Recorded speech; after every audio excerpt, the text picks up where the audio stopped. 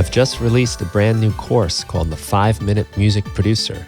The 5-Minute Music Producer gets you a new music-making activity every single day for a whole year. You can join month by month or sign up for the whole year at once.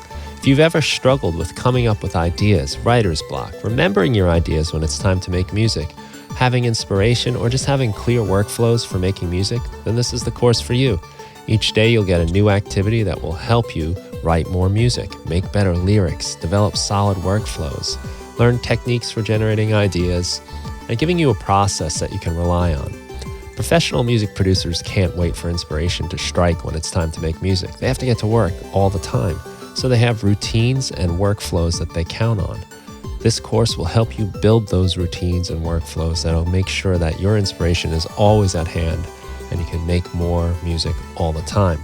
Each daily activity takes only about 5 minutes to do, so even when you're not feeling like making music, you can still probably commit to a couple minutes. And you'll be surprised how often that those couple minutes turn into a full session because you get inspired. Sometimes you got to get the momentum going before things start happening. And the 5-Minute Music Producer is designed to help you do just that. So if you want to try it out, the first week is totally free. You'll get 7 of these lessons that will help set you up with some cool workflows. And if you like it, stay aboard and enjoy the ride. You can sign up for the 5-Minute Music Producer at brianfunk.com/5minutes. Hello, everybody. Welcome to the Music Production Podcast. I'm your host, Brian Funk. On today's show, Bill Small is with me. And Bill is the owner of Artist Mind Incorporated. He is a musician. He's helping people with their businesses, their music careers. He's got a lot of wisdom, and I've noticed in going through his websites and his social medias, a lot of very inspirational quotes and things that kind of help get us going. We could all use a little kick in the butt and being set foot on the right path. And I think Bill has a lot of great advice for us all, and I'm very excited to learn some from him. Bill, welcome to the show. Thank you, Brian. Thanks for having me, man. It's very nice to have you. It's been good to talk to you already. So I thought maybe you could start, because you've been doing music for quite a while. You've been doing some coaching for quite a while. I wonder if maybe you just take us through a little bit of the story of how you got started and how maybe like, you know, I always get interested in how like the unlikely way paths in life connect. Sure. So yeah, I'd just love to hear a little bit about that if you don't mind. Well, you know, you could probably imagine I have, since I was a kid, I never really wanted to do anything else besides make music. As a matter of fact, I announced to my father, he told me this not long ago, when I was 12, that I was going to be a professional musician. To his credit, he didn't lock me in a closet or send me to boarding school or military school or anything. He said, great, and always supported that. And that's all I ever really wanted to do. And that's really was my path for a very long time. And as so many of us do who get interested in music at an early age, then I had to figure out how to actually make a living doing that. Which, as you probably already know, can be fairly challenging. So I did everything that I could talk myself into getting a job doing in music. And for a long time, I had other day jobs too. When I decided not to do that anymore, I was a vocal coach. I built a demo studio in my house. I was playing with people, having my own bands, doing really and truly just doing whatever came up. I built a couple of venues. I installed PAs. I was a sound guy. I built a bigger recording studio, all of that stuff. And mostly what I learned was all the things that I don't want to do. And a lot of them were fun. And I'm glad I did all of them. But I really had to figure out, what do I love about music? And along the way, I think anytime that people are engaged in an entrepreneurial pursuit, which music is for everybody, there are times where you get to a point where you're kind of stuck. You don't know what to do next. And at one of those points for me, I kind of got on a little bit of a personal development journey. And I ended up getting coached by some amazing people and getting trained to be a coach. But I didn't know that was something you could actually do for a living. I had been a vocal coach, and in some ways it wasn't dissimilar, because you can imagine that when you're working on someone and they're singing, I always say 85% of it is in your mind. 15% is the physical aspects of it. Breathing and what you do with your mouth and where you're tensing up your body or you're not. The rest of it is all mental. It's not like playing guitar or piano where I can say, hey, put your finger here, right? Do this. I have to say, okay, you want it to feel like this, or you can't see what your body's doing, but you need to kind of imagine it in your head. And I would think that you could see all the crazy stuff that comes up for people around singing. And I was much more engaged in that part of it than the physical technique. The physical technique, in some ways, is kind of easy. There's not that many things to keep track of, and it takes practice, of course. But I was always really interested in what are the mental blocks, what are the things that get in the way. And in 2008, I had just come off of a year on the road with a new band that I had been in, or about a year and a half. We'd gotten together in 2006. We put out a record in 2007. It's this band called Walt Wilkins and the Mystic Arrows that I ended up being in for 16 years or 15 years. And after that first 6 months of having our record out, playing everywhere we could for, of course, not enough money and just running ourselves ragged. You got money. Wow. Yeah, we got some money. I found myself at home, tired, kind of broke, and needing something other than running my butt off with the band. And interestingly enough, this opportunity came up to work as a coach. I knew some of the people who were already working there. It was a company that was providing coaches for some authors and speakers, people who'd been in the book and the movie The Secret, who had coaching programs, but obviously they can't coach that many people at once, so they needed coaches. Within 2 weeks of starting that job in 2008, I had 37 clients. So I was literally on the phone 8 hours a day, 5 days a week with people. That's an experience where you're either going to love that or hate it and fail miserably at it. I loved it.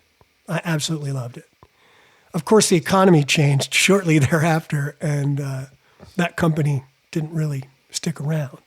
But I knew that I had found this other thing that I was just as passionate about as playing music.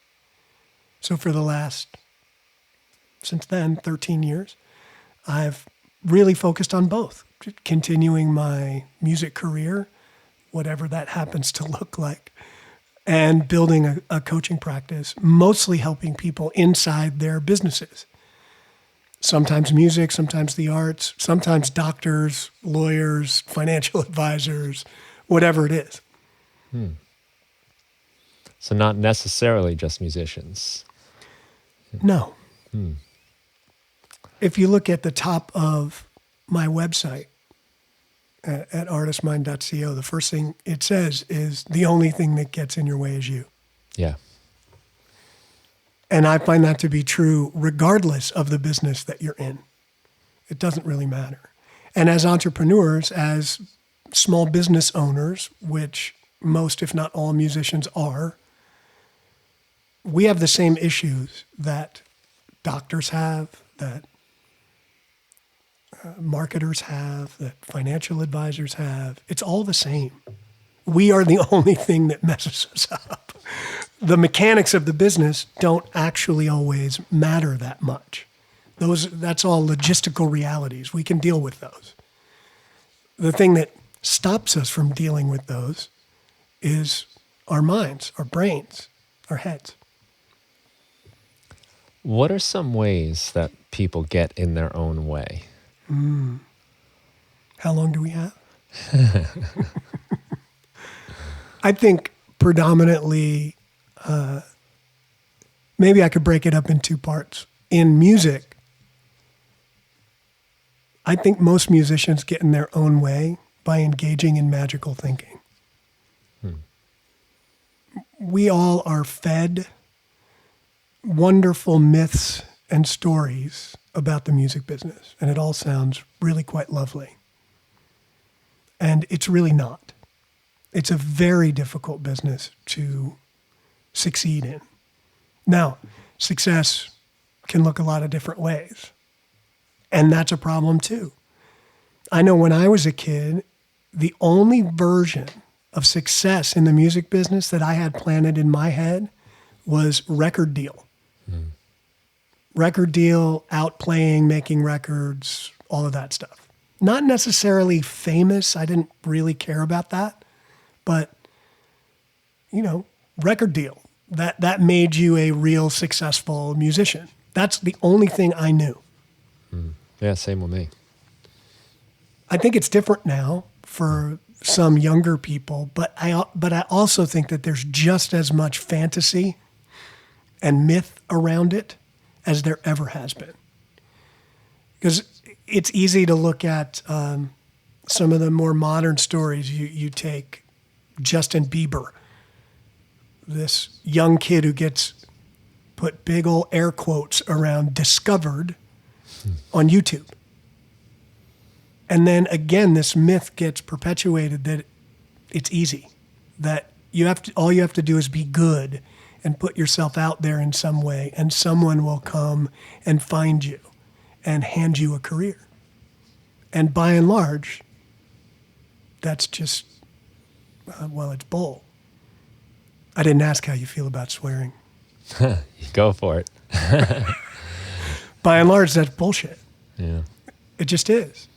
That's not how 99% of people in the music business build a career. And look, I think it's great if people, if circumstances line up and somebody jumps ahead 10 steps, fantastic, more power to you. It's not really something you want to count on. Mm-hmm. So magical thinking and not necessarily having a definition of success. What is success for you? I didn't even ask myself that again until about 10 years ago. I'd been playing in this band. We're doing fairly well. We're pretty relatively popular in our little corner of the world. And I had to ask, what is this like for me? Am I okay with this? What's going on? Does this line up with what I wanted when I was a kid? So I had to break down, what did I want? Because I just said my only vision was record deal, right? And that world that I came up with, and probably that you came up with, that's gone. That's gone. I don't even know if I'd want one if they offered it to me. Right. Sounds like a terrible thing these days. But that world is by and large gone. So what is it about that I wanted? Was it fame? No. And if I really wanted fame, I would have done completely different things when I was in my 20s.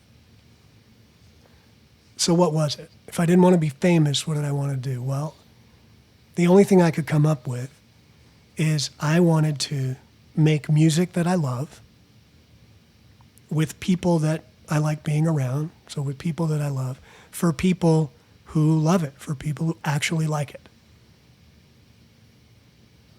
And I looked around and I said, well, if that was the goal, if that was what I said success meant to me, then I am successful. Yeah. The funny thing is, if we flip over to every other kind of business, every small business owner I've ever worked with, one of the first questions I ask them is, what's your vision for the future? Where do you want to be in 5 years? I have yet to have anyone answer that question. So in a way, it's the same problem. What is successful for you? Where are you headed? Where do you want to go? It's like sitting in a restaurant and not ordering anything. They might bring you something you like. They might bring you liver and onions, which I personally don't like. I don't want that. Yeah, I think that's a great point because, we have this idea, I think, of success as this like destination that we're going to get to one day, this like magical, land where fireworks will be going off for us and stuff. And I think that if you don't have a clear idea of what it is, it's always in the distance. It's always farther out of reach. Clarifying it, like in your case, you kind of realize, well, I'm kind of there. I have that. There have been times in my own work where I found myself doing things and just, I'm not into it. I'm not enjoying it. And at the same time, I'm like, I'm so lucky to be able to do this. And I do it because of that, but it's not in line with what I really want. But probably, that's a hard question for me to answer too. What is my vision of, the future down the road? And it's interesting too, because whatever that is, I think sometimes we're scared that if we say what that is, we're stuck with it. Mm-hmm. Then you have to do that. Totally not true. You can change it. And right now I find that I'm looking at what's next. Because that thing I told you about, playing music I love for people with people I love for people who love it, that was long before the pandemic had me stop playing entirely. Mm-hmm. And like so many other people, and I've had this conversation with a lot of friends in the last year, I don't necessarily want to go back to doing exactly what I was doing before. In the 18 months from when 2018 started to halfway through 2019, I put 52,000 miles on my car. Wow. Almost all music related. Mm-hmm. That I could do without. I don't really want to do that again. So if I'm not doing that, what I'm looking at is how do I keep having that measure of success that I have, that thing I measure myself against in the next, what's the next version of that? I know what you mean. With our ideas of success, it's easy to just see the one part that's fun and flashy. The playing the show, the people dancing and singing along, buying your albums, telling you they love this song or that song. But the 52,000 miles on the car is another part of that comes with it. Yeah. I heard an interview with Elliot Easton of the Cars, and he said, I play shows for free. I get paid for all the other stuff in between. Yes, that's absolutely. The work of it. It is. I always say that I don't play music for money, but you have to pay me. Yeah, because it's there's a lot that goes into that's around those events. And for the brief experiences I've had doing these short tours, I had a great time. I loved it. But I also realized it wasn't what I wanted to do. And that was at the time when success was kind of how you described it, the record deal, the playing out. And I didn't have any concept of any of the other aspects of what it might be. I was already teaching high school English at this point. I didn't see how these things might connect back then. And it probably wouldn't have happened if the band didn't fall apart. Yeah. Which seemed like a failure. It was devastating, really. But it allowed those other things to, those other doors to open. As one closes, the other is open. It kind of clarified for me some of the stuff that I like about doing music and some of the stuff I can maybe do without. I think that's so important. Just because you can do something doesn't always mean you should. I remember I always had project studios in my home. And I lived in Nashville for a little while. And when I was there, that really was my primary job. I in the 3 years I was there, I think I made 500 demos of really bad songs. And Your own or no, other bands? Yeah, okay. no, of course mine are fantastic. Yeah, No, I was going to say, come on. no, I was. I listened to your I was Bandcamp. It was cool. Yeah, I was making demos for people, and mostly not even people that were in the room. You know, they were just sending me stuff, and I'd play as many instruments as I could, bring in a couple of people, get it finished, send it off. Mm-hmm. And while my chops got really good at recording stuff, I got back to Texas, and I didn't even unpack my studio gear for 3 months. Wow. And then once I did, and I kind of got back into it, I actually built a larger, not in my house studio, thinking, you know, I really do love this, and I produced a couple of records and for people, and was starting to have some fun at it again. And then I remembered what it takes to run commercially a recording studio. That you actually have to record music that you don't like. Mm-hmm. And maybe sometimes even hang out with people that you don't necessarily want to spend a whole lot of time with because they're paying you. Mm-hmm. Yeah, I got out of that pretty fast.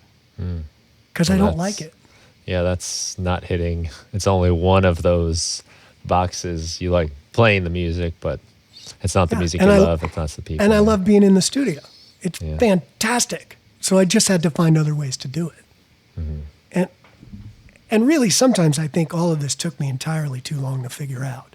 But I had to try a bunch of different things. And luckily, I was able to make money at a lot of those things and then go, is this really how I want to do this? No, it's not. Let's do something else.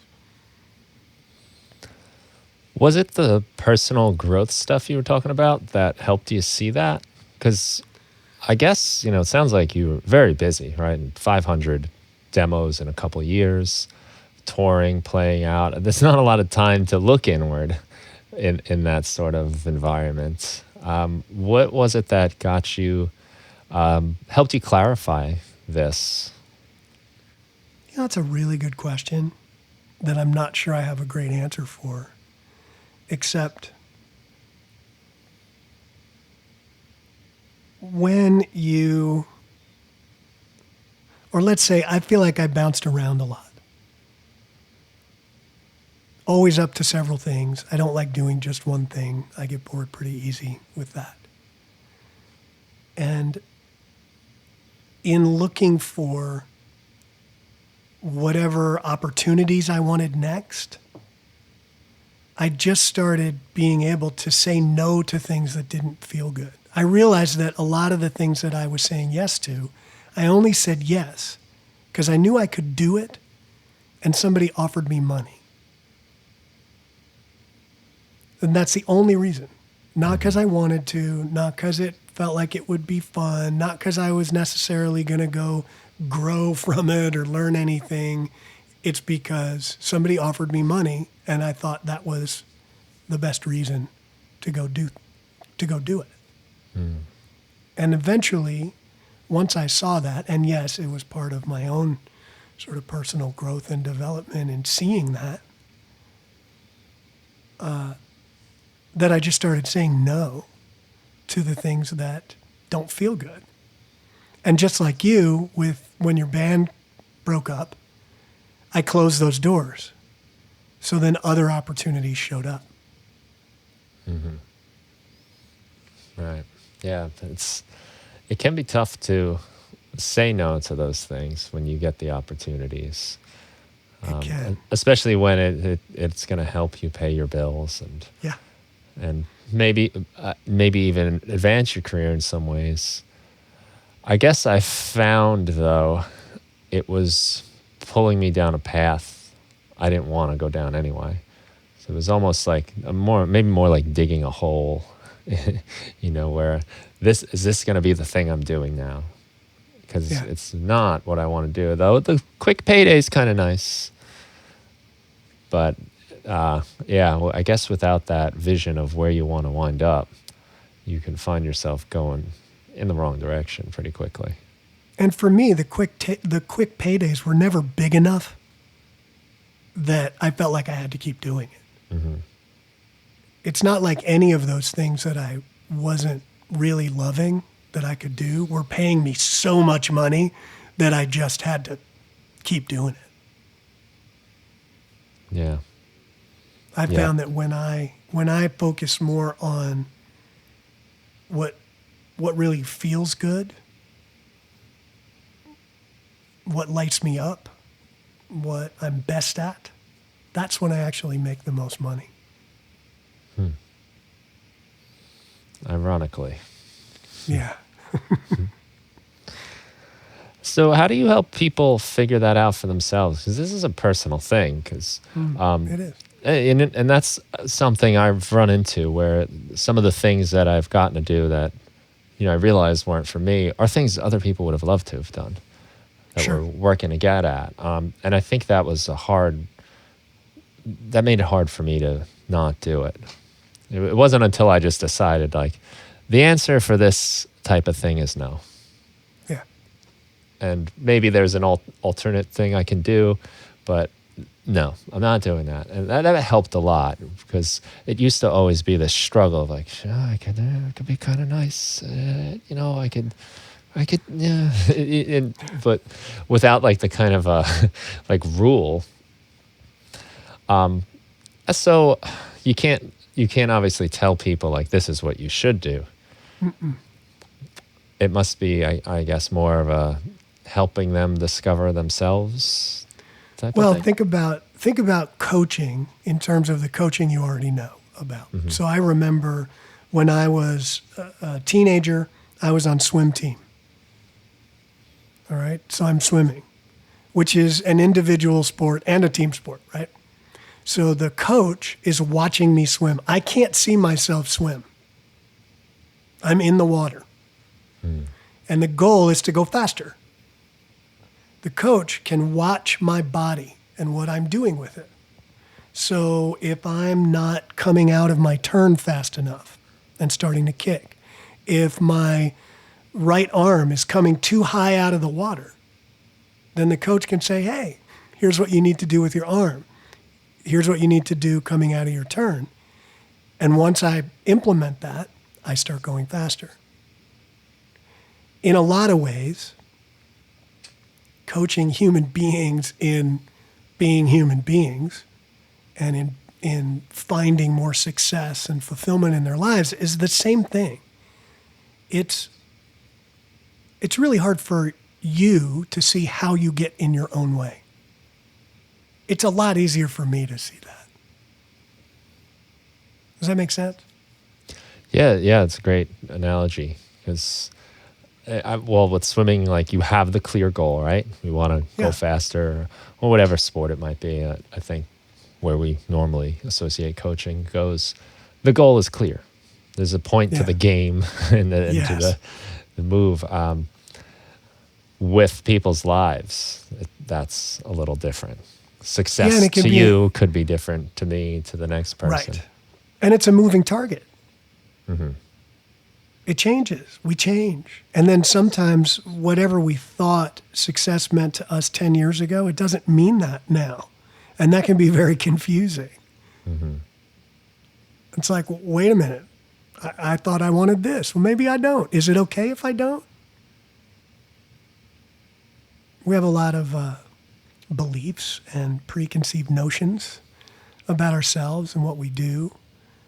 Honestly, a few years ago, I probably wouldn't have agreed to have conversations about music and coaching at the same time because I kept them really separate. I thought that being a musician who had this other job as a coach would be frowned upon in some way, and that if I'm coaching someone in a non-music business, that me being a musician would somehow make me not as reputable or not as valuable.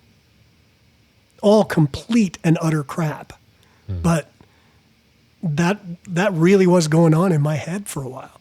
And it's taken years, honestly, for me to keep finding ways to bring it all together. It's all me, so why wouldn't I bring it all together?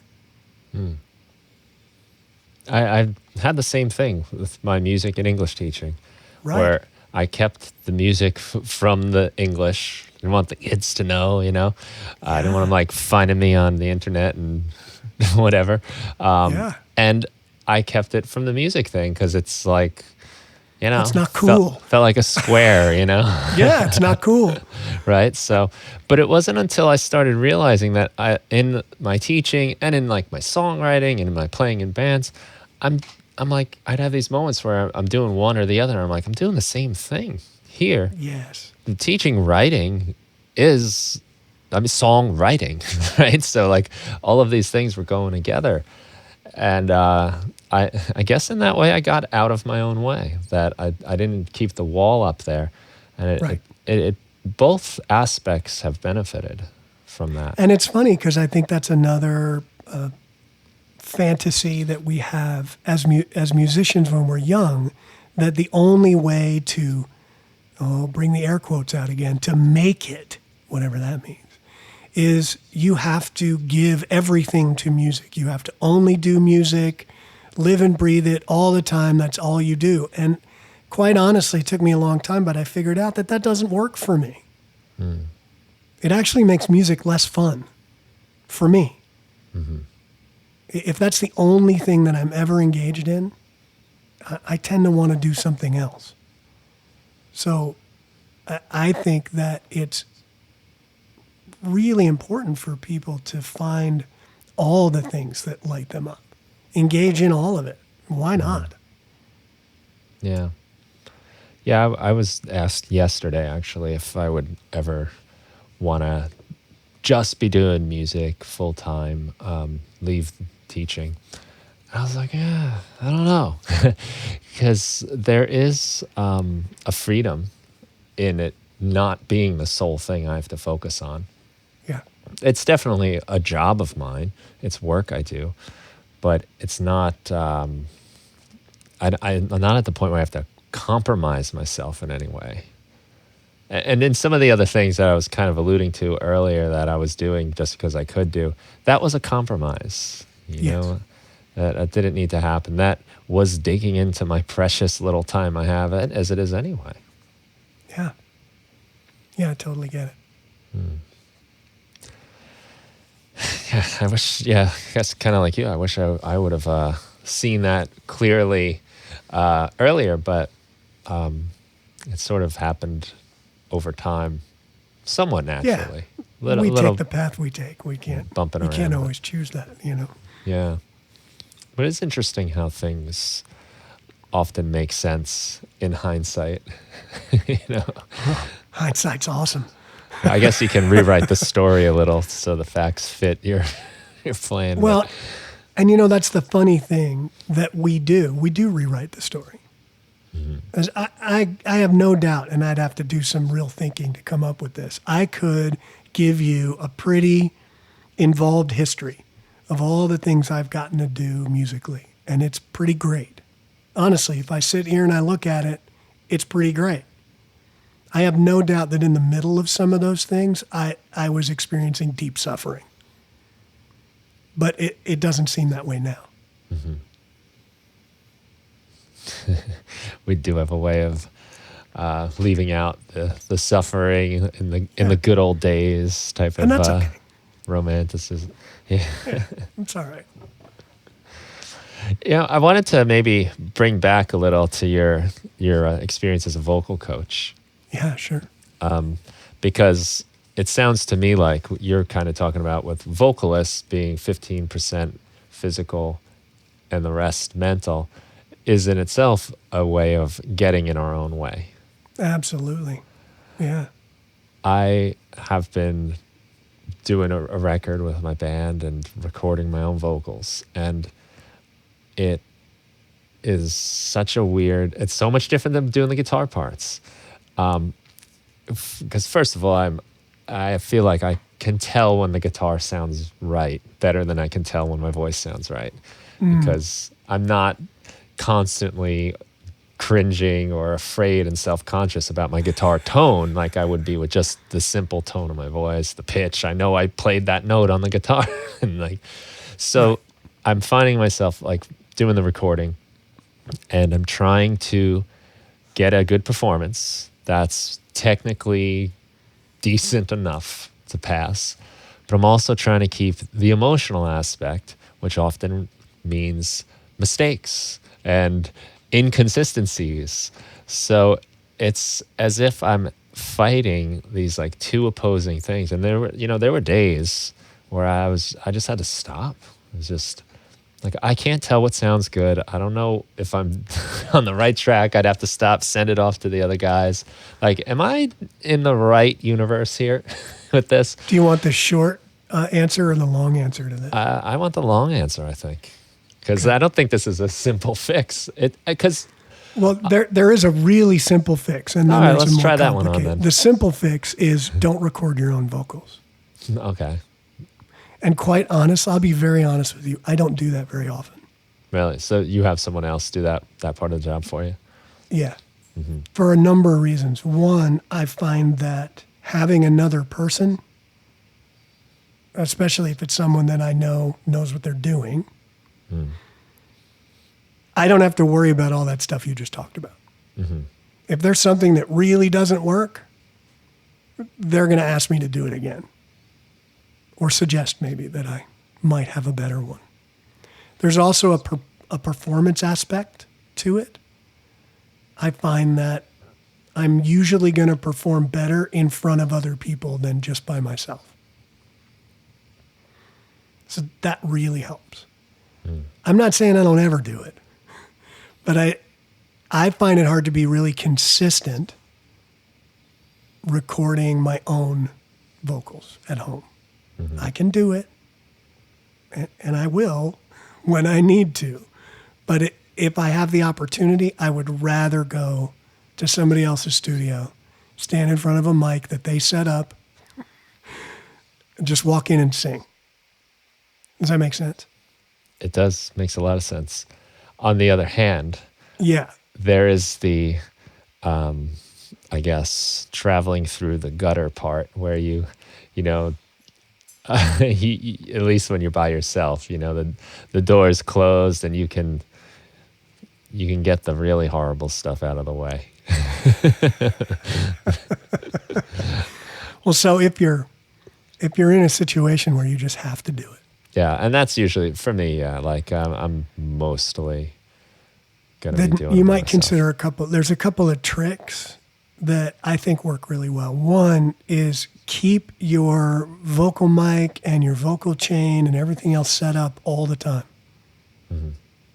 Don't pull it up and down until you're done with the record.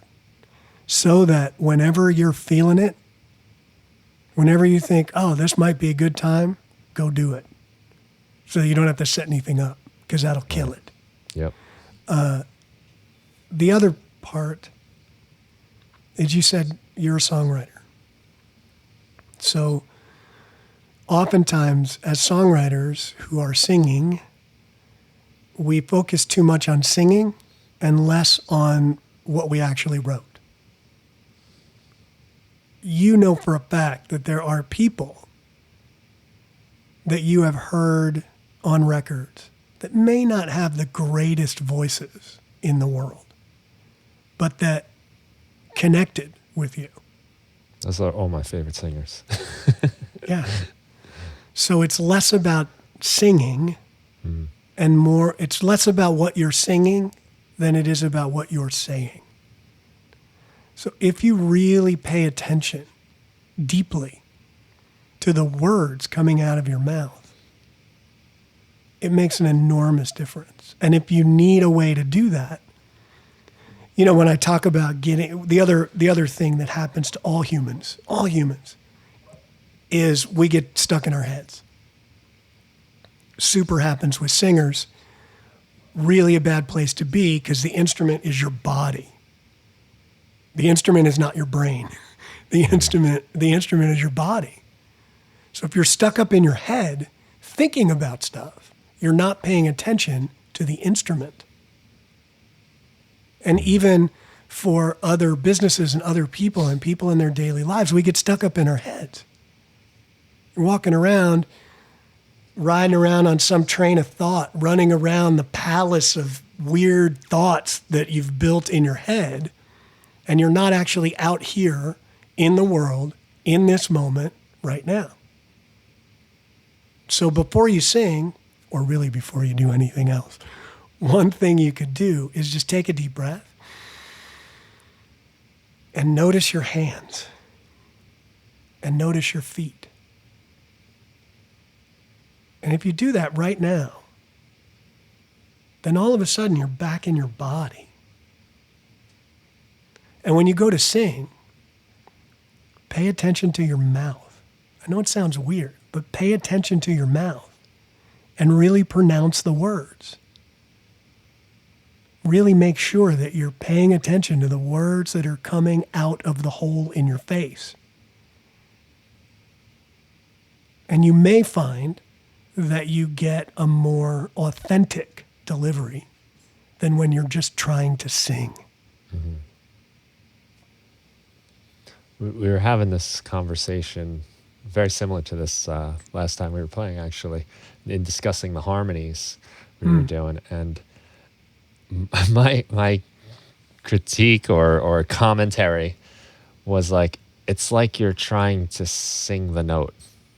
Yeah. And I want you to sing the emotion, yeah. Like, and it was a very hard thing for me. You really said that nicely, but it's hard for me to like put my finger on it. It's like, it's more like we're hitting the notes.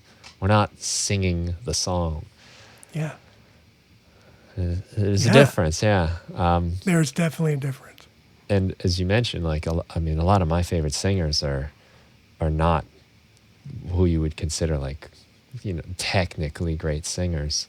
Right. And sometimes even listening to them, you can hear like they're not really on the note and they're kind of sliding up and down and just kind of like going near the note. But it sounds so good. And I guess it's just that they're telling the story. I do find myself when I have the lyrics down and I'm starting to like understand this like path the song is taking, the melody starts taking on a sort of like emotion, almost like the way we speak, like the way we ask a question and it goes up and say the answer, that's more definitive. And something about that really does help drive the notes. But it's not about the notes in that case. It's more just about like the tude, the attitude and the absolutely and the feeling. Yeah. And it can be very different depending on the kind of music that you're doing, but it sounds like you have songs with lyrics that say something that you want to get across. That's the place to put your attention. Mm-hmm. The rest of it is window dressing in a way. It's a good point you make about the body being the instrument. When I'm playing guitar and I'm not playing it right, I'm not looking at the guitar. Is this thing broken?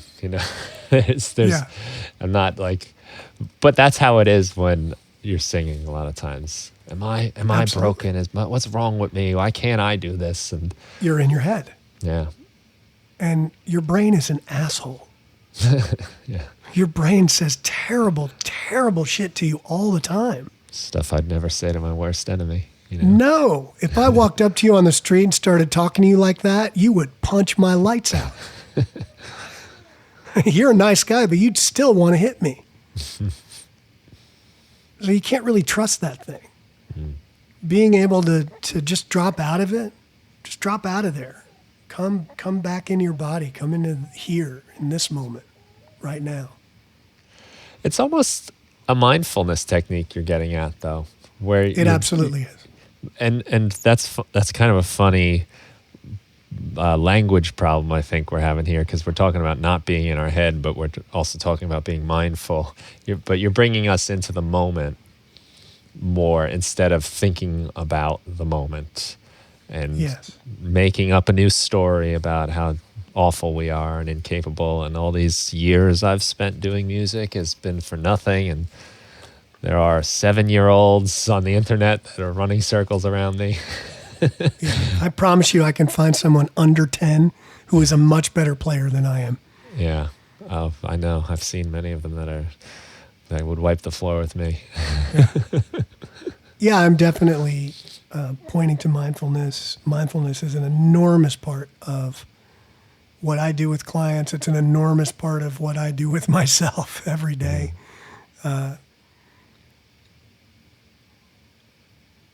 Mindfulness is more about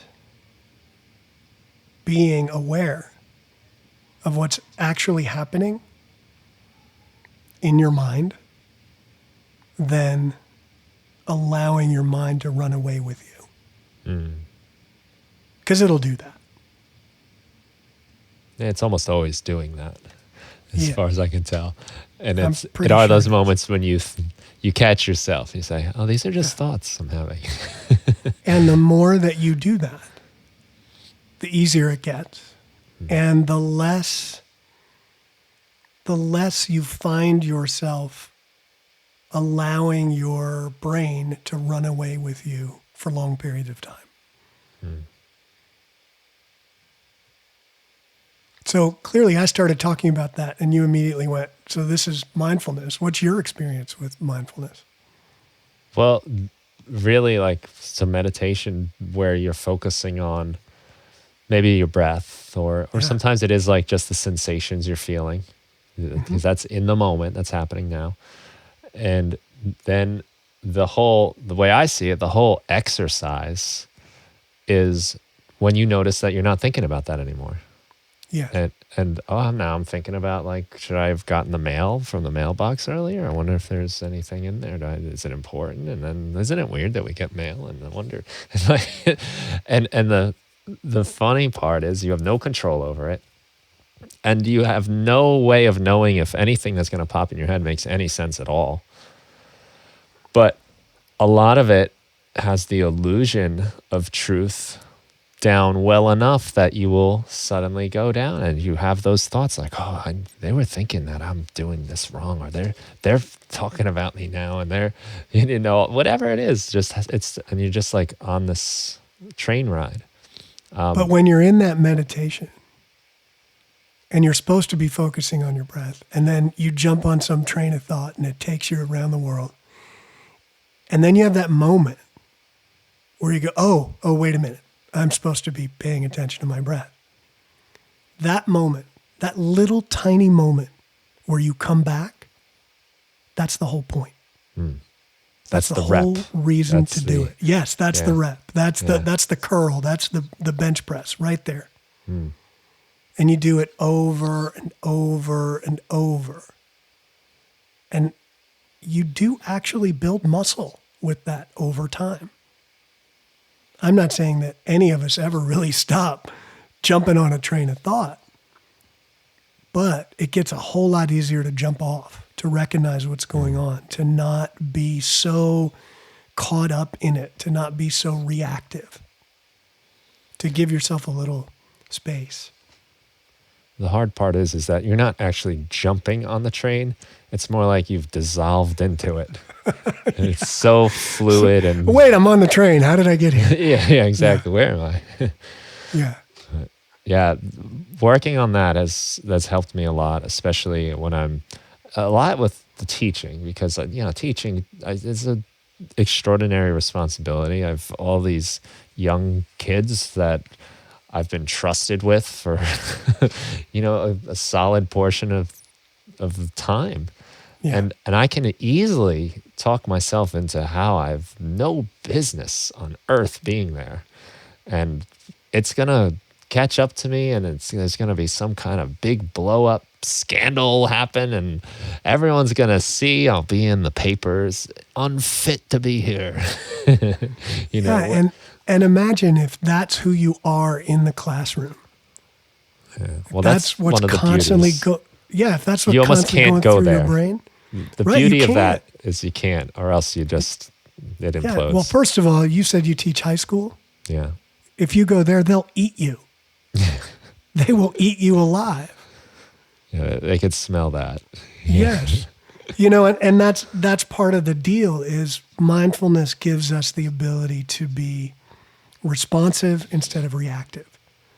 So if you're teaching a high school class or you're running a team at your job or you're running a band or you're in a band and you're lost in your head and you're very reactive to people and what they say and how they occur to you and all of that, you're going to make a mess. You're going to say things you shouldn't say. You're going to get angry really fast for no apparent reason. You're going to do all kinds of stuff that you probably don't want to do. When you become a little more aware and when you can engage in a little more mindfulness, you get a little space where you can respond instead of react. When I'm really present, my 10-year-old can't piss me off. He just can't do it. No matter what he does, he can't make me mad. He can make me stern and suggest to him sternly that he should stop whatever he's doing, but it doesn't make me mad. When I'm lost in my head, he can do the exact same thing, and I'll be so mad, I don't know what to do with myself. It's not about him. It's totally about me and what's going on over here. I think that's a thing I've been drawn to, and a lot of the things I like to do in life, music being a big one, is it often takes you out of your head and puts you in the moment. Yeah. And playing a live show is exhilarating, and it's so much happening that it's very easy to be in that moment. But it's also pretty easy when something goes wrong to then go on and find yourself on that train. Yeah. And I've had shows like that where all of a sudden something happened, I'm not comfortable. And you can't get back. You almost can't get back. Yeah. But at the same time, I've had those moments where I'm in the whole time. And I'm in and I'm playing and I'm totally in. And there is this constant train of thought running past. I'm not going anywhere with it, but it's going the whole time. And it has nothing to do with what I'm playing or what chord's coming next or anything else. I'm not thinking about that. I'm just doing that. And yet my brain is still running this whole thing the whole time. It's kind of amazing. Yeah, the trains are zooming by, but you're not appearing on any of them. Nope. I'm just playing. It's a special place to be. It is. And It's no a good matter example what, of us in our own way. yeah, and no matter what, no matter whether we feel like we're successful at it or we're just starting or we've been doing it a long time or anything else, it's an enormous privilege to get to do that. And to get to do it in front of people and get paid for it is ridiculous. That might just be the coolest thing ever. Yes, I'd have to agree. It's pretty special when it's going right, and there's like people want to see you have this fun. Like this is, Yeah, it almost feels like you're getting away with something. Mm-hmm. That's really cool. Well, I got to imagine that's all this stuff is applicable in every aspect of life. So it makes a lot of sense that you're able to take these to entrepreneurs, lawyers, doctors, like you said. Especially, I'm sure, like in careers like that where the stakes are a lot higher than I'm singing a bad note. Yeah. It's got to be a big thing people deal with. Yeah, we always would get on stage, and if you're worried about it, we say, look, nobody's going to get hurt. We're just playing songs. Yeah. It's no big deal. This isn't surgery. We're okay. Right. Yeah, people are going to think that's how the song was supposed to go anyway. That's right. How do they know? Yeah. Well, it was a fun experience at some of my first shows. Knowing I messed up and played a lot, people were like, oh, you guys were great. I'm like, okay. Really? Okay. Glad you liked it. Glad you liked it. Uh-huh. Yeah. That's funny. So I know we're getting near our time, but I want to make sure that we can direct people to places where they can find you. Sure. Like to send people. Eventually, I'm rebuilding a website right now, but you can definitely go to artistmind.co. That's primarily my coaching business. You'll be able to find both in one place before too long. But if you want to know more about me musically, you can go to billsmallmusic.com. And I'm easy to find on Facebook and things like that. Yeah. I'm of an age, and my folks that like my music are of an age that we're on Facebook. So that's the easiest place to find me. Nice. Well, you and 3 billion other people. Yeah, exactly. Exactly. Well, cool. Yeah. So we'll make sure people go to billsmallmusic.com, .co. We'll get you to billsmallmusic.com, artistmind.co.ca. Okay. Yeah. Okay. And soon enough, there'll be one. And if that fails, Facebook. Yeah, it's easy. Now that you listen to this podcast, it'll probably show up on Facebook for you anyway. It just might. They might find you. Bill, it was really nice talking to you, and I really do appreciate you sharing some of those thoughts and insights and how your story came together. And I find it useful for me, and I think a lot of people will get a lot out of it too. Oh, I hope so. I really, I love conversations like this. So thanks for having me and letting me do it. Thank you. And thank you to everybody listening. I hope you've enjoyed the show and this talk with Bill, and have a great day.